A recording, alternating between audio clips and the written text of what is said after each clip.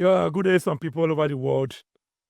Today we are coming with another program here on Ego Studio, a program designed to change the ESAN society for good, a program designed to showcase the beauty of our culture and to bring out the proximity between culture and modernity. Yeah, many people believe that once people are educated, our culture become irrelevant. But this is one thing we actually want to prove right or wrong today. And we are having somebody that is versed in culture and the modern woman too. That is a bridge between the past and the present and the future. He'll be here to tell us so much about what we are supposed to know about culture and modernity. So join me as we talk about this today here on Ego Studio. I'm your host, Sunday Ahimare Inegbendose, Ego Studio, London, UK. Please stay tuned.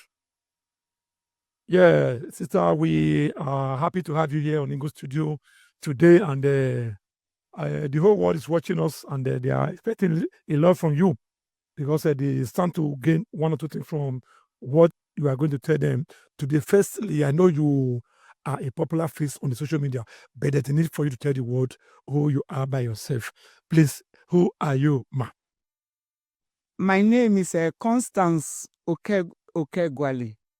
I'm from ESAN Idumagwe in Uromi here. Okay. Yeah, thank you very much. And if I may ask, who is Constance Okoeguale? What are you known for?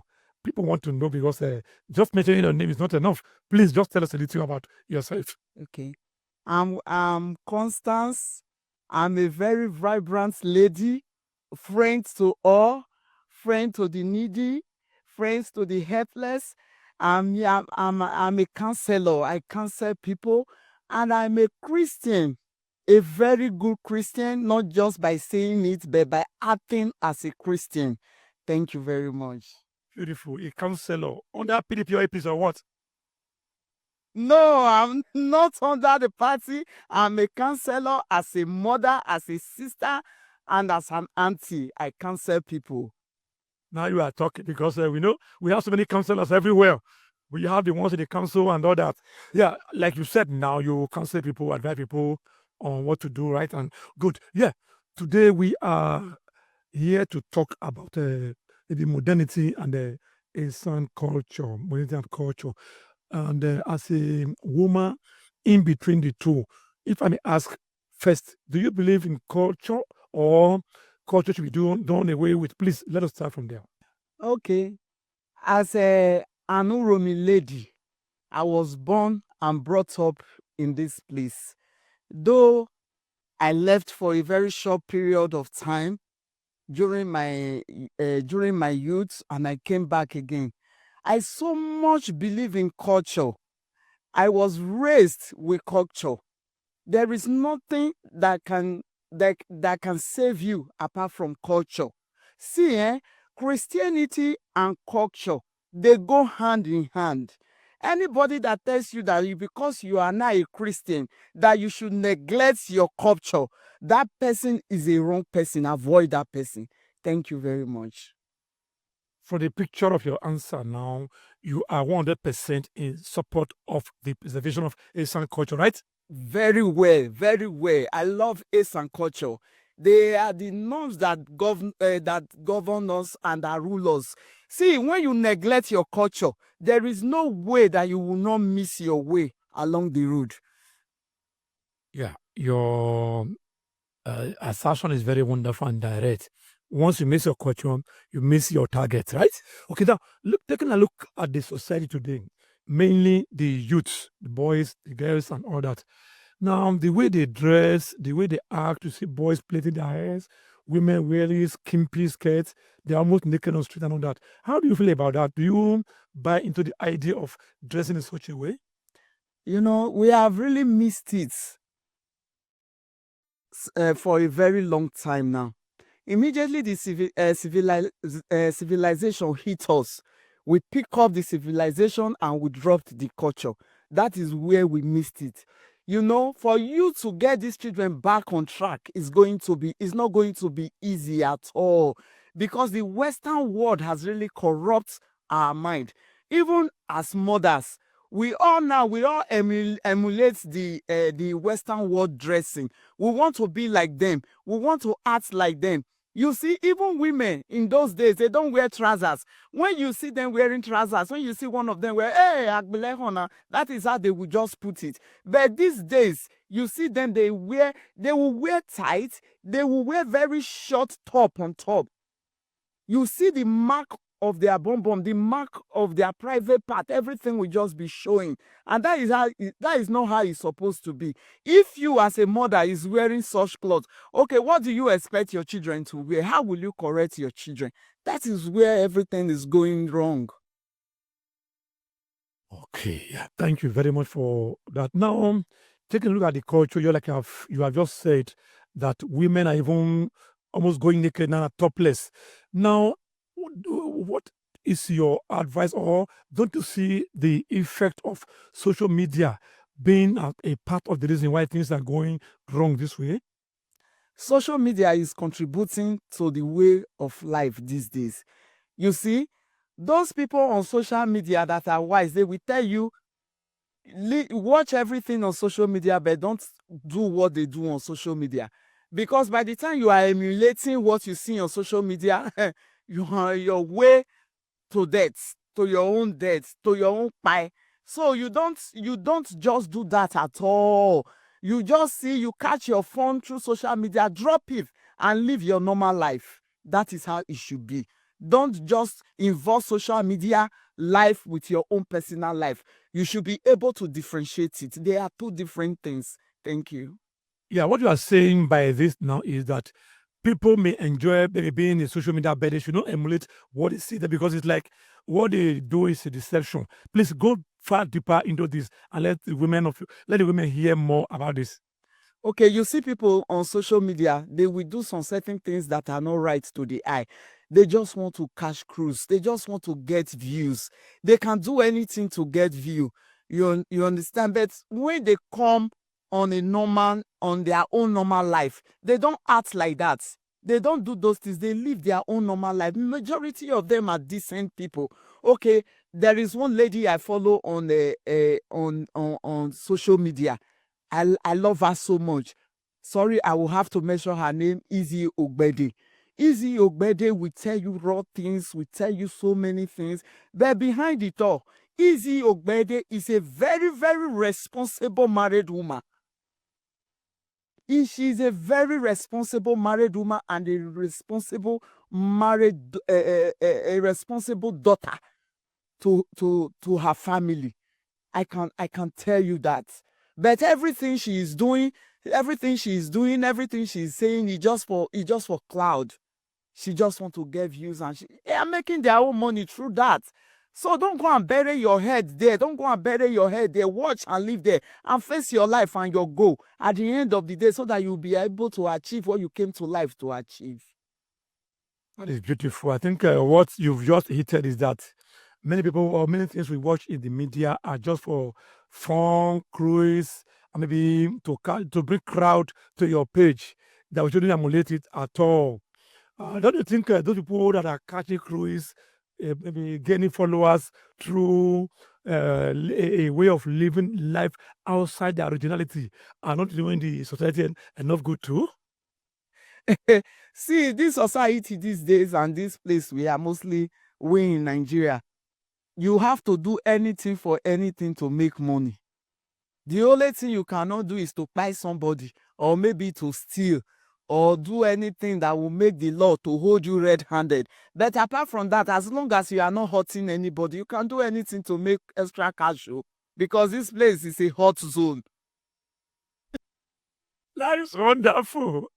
Now, your advice to people is this: don't believe in everything you watch. I think now let's now come back to another area of this interview. As a Munda, you just mentioned that it's like people have gone very far from our culture, our cultural value, or cultural inroad, and that it will take a long time to retrace our steps back to the normal thing. As a Munda, I want you to do a lot of talking in this area. What should mothers do to bring back our children to the strict road of our cultural values? Because if you let to live them like this, I'm afraid they'll be lost and lost forever. What in your own mind do you think women should do or mothers should do to bring back our children, the boys and girls, back to our cultural right, so that things can get better again? Okay. First of all, I want to tell mothers, don't forget your roots, don't forget your culture. That is number one way of bringing your children back. Remember that time when you were young, the way they were bringing you up. Have you forgotten? Like in my own, I used to tell my children, I will tell them, if you don't sweep in the morning, if you don't sweep your kitchen in the morning, you don't have any right to on the gas, because they forbid it. It's a forbidden thing in my land. Don't do it. Because that was what our mother was telling us. Wherever go in the kitchen, wherever row with that lay by, don't use that kitchen. So me too, as I'm growing up and I have children, I'm still telling my children the same thing. But being you now say you are civilized, though you are not educated. You don't go there at all. You don't even remember. It's not as if we really forbid or something will happen. But they are just telling us all those things so that we will use it to become better people.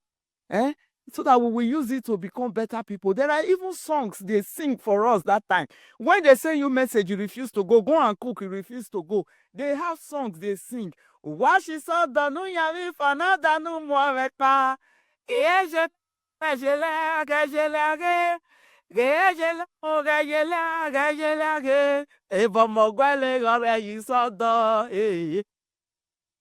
You know, they tell us so many things through parables, songs, and everything just to correct us. But these days, many people have forgotten all these things. They don't teach their children all these things.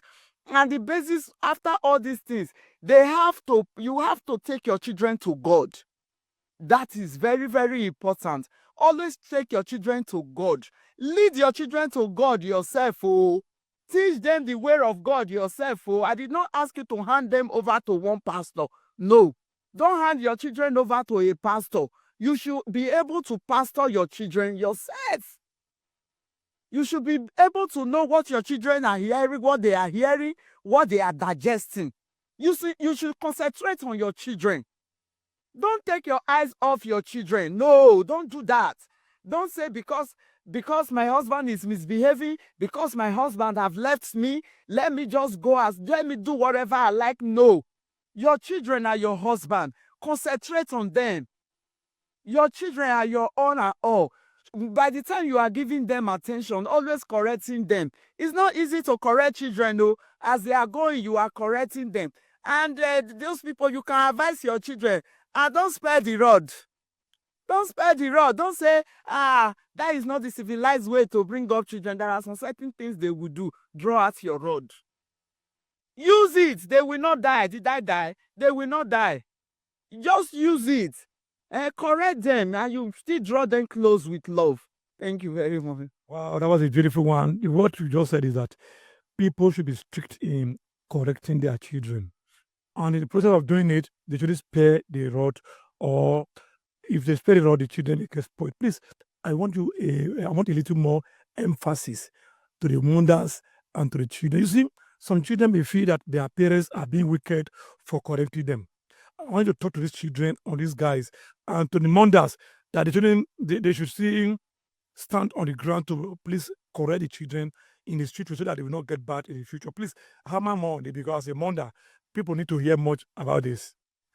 See, as you raising children, me, I'm a mother of 3. I have my own challenges in raising my children.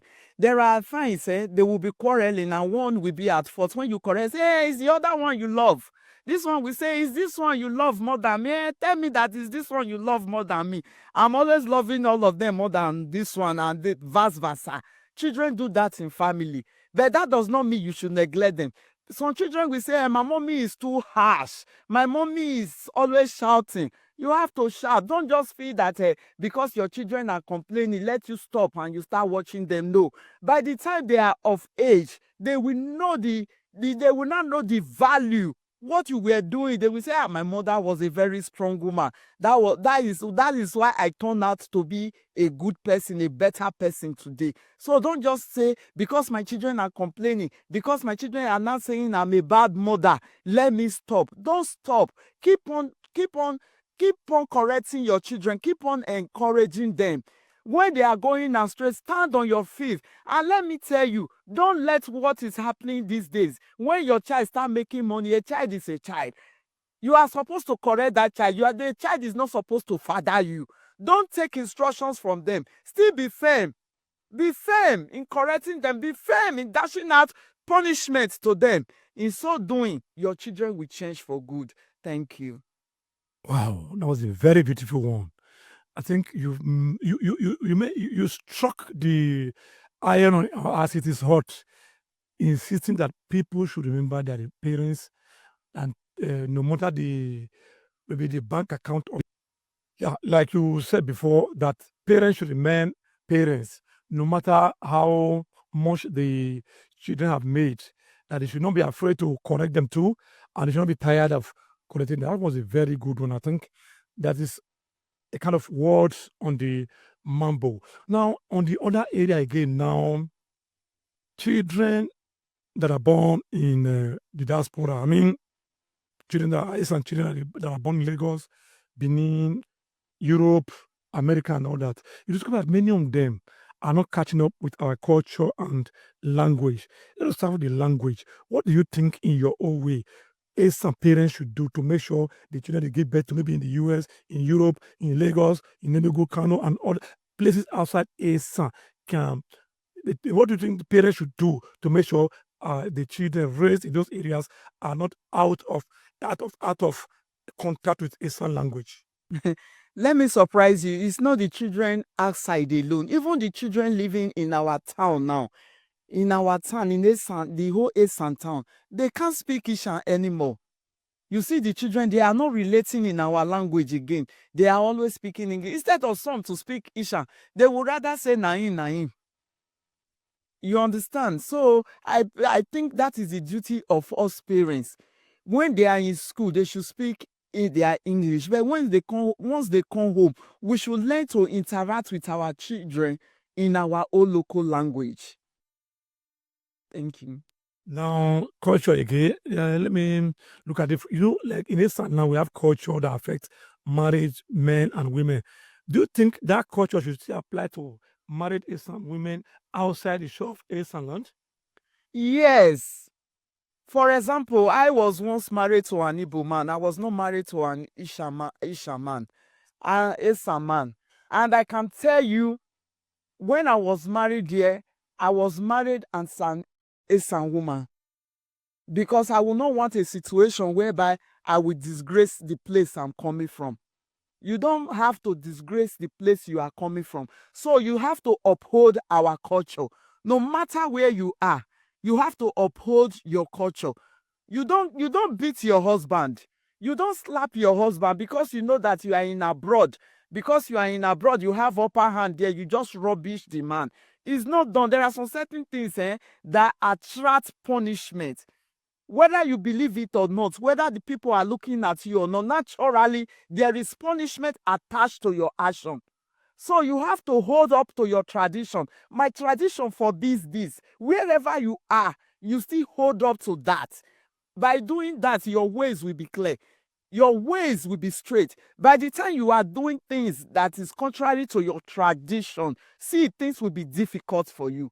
No matter where you are, things will be difficult. At times you will be sick, you take drugs, it will not work. You will not know what is working against you. But you see that your culture and your tradition that you have neglected can affect you at any time, any day. Thank you. Wow, beautiful. Yeah. Like what you just said now is, wherever you are, if you are ASAN culture should be your culture there. If you are ASAN, maybe you are in Europe, you shouldn't take European culture as your culture. Sure. It should be ASAN culture, right? Yes. Oh, beautiful. Now, you mentioned during the area of our introduction that you are involved in humanitarian activities. Please, I want to shed some light on this one before I ask the next question. Okay. Me, I was born. I was born to into humanitarian things. I just grew up. I met myself like that. Even when I didn't know myself, I was a baby when I started doing what I'm doing today. I love giving people, I love drawing people close, I love fighting for people. Even when I don't know you, I don't have to know you to give you. When I see, people, there is something they call calculating giving. I don't do that, because they give because they know that the person, they will somehow in one way or the other get from the person. No, you are not doing any humanitarian work. That is not hard to do it. You give selflessly. You give because is in you, is your passion, is what you love doing. That is why you are doing it. Even when it's paining you, it's pinching you, you still do it. And I love so many ESAN people these days, because the way they are helping people, mostly those ones in abroad, they don't pack money in abroad though. It's not easy in abroad too. They work and work to get money. But you see some of our people, they are too nice. They are lovely. They love helping people back home, because they know that here we don't have we don't have opportunities to work that they have over there. So when they work, their hard-earned money, they will still bring it down and still use it for charity for some people that cannot get some certain things. That is how some people see that. And I say, God bless you. Those people that have such heart, that are doing it, you people are well appreciated by man and by God. And I said today, God bless you. I appreciate you. God bless you. Wow. If I may ask, I know some persons are doing it, maybe from Europe, from America, and other part of diaspora.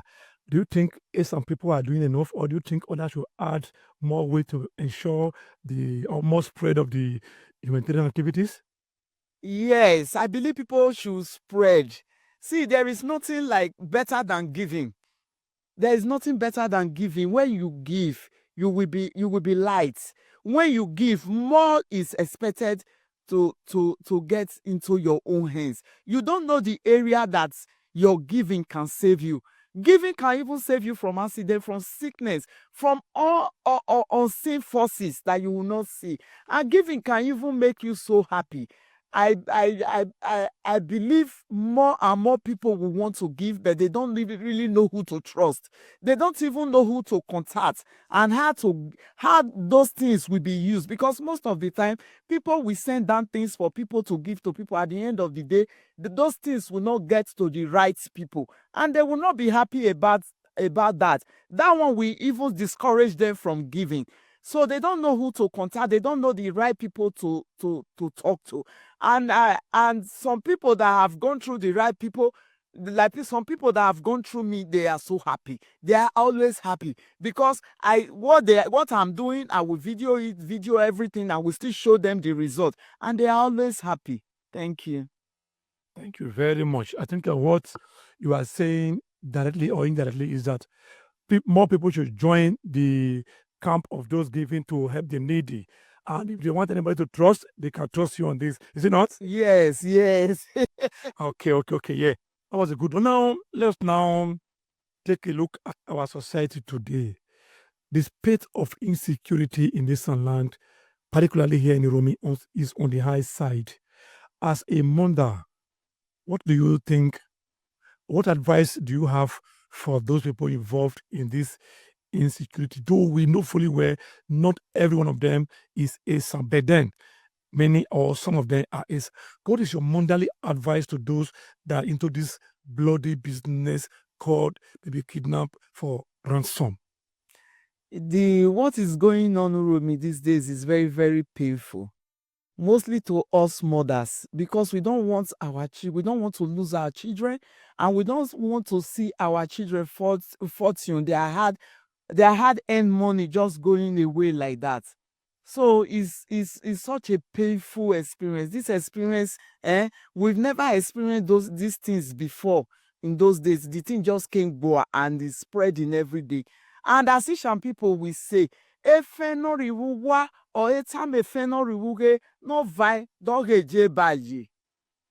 So I believe some of our people are involved in these things, and I want to use this medium to beg you people, desist from this thing. You people are bringing poverty to our own place. See, Uromi is a blessed place. Look at Uromi. We don't really have anything. Government is not really helping us, but we are striving. We are going places. See, people emulate us.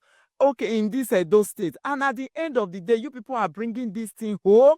It's very bad. It's very bad. How are we going to grow? Even we that used to go to bushes to hustle, we cannot go again. There are so many people that cannot go to farm again and get food products. You cannot expand. Just like today I was discussing, I say I like this ranch business. You have cattle, you have this, you have that, you have goats, you have fish pond, snail, you rear all these things, you know. But these days you cannot go to the bush and get a land and you stay there and you just be alone doing your thing. You'll be afraid. Everybody is afraid to invest. Everybody is afraid to do one or two things, and this thing is really drawing us back. I want to beg you, if you are involved in these things, please and please, I beg you, desist from it, so that our economy will boost. Uromi economy will boost. We will grow stronger. As we were always growing, we will keep growing. Please, live this type of life. It will not benefit you.